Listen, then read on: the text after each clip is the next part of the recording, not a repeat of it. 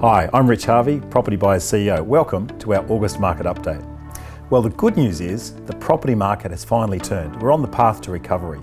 The CoreLogic Hedonic Price Index is showing that prices in 5 out of the 8 capital cities has actually risen between 0.2 and 0.4% the last few months.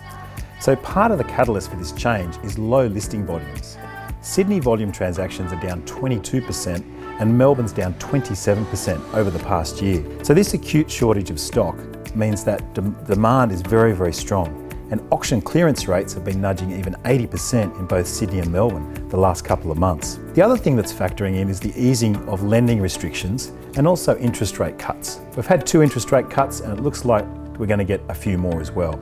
So all of that is bringing confidence back into the buyers who are coming back into the market. But demand and confidence is not the only thing.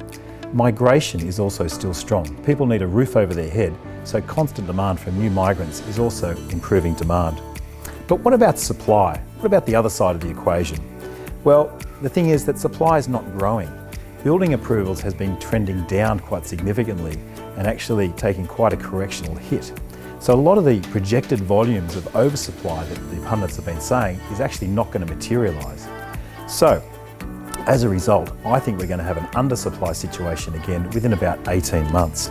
So what all this means for the buyer is that you can't just rely on a quiet market and a softer market to try and get a deal. You have to be proactive in getting out there in the market to uncover these opportunities.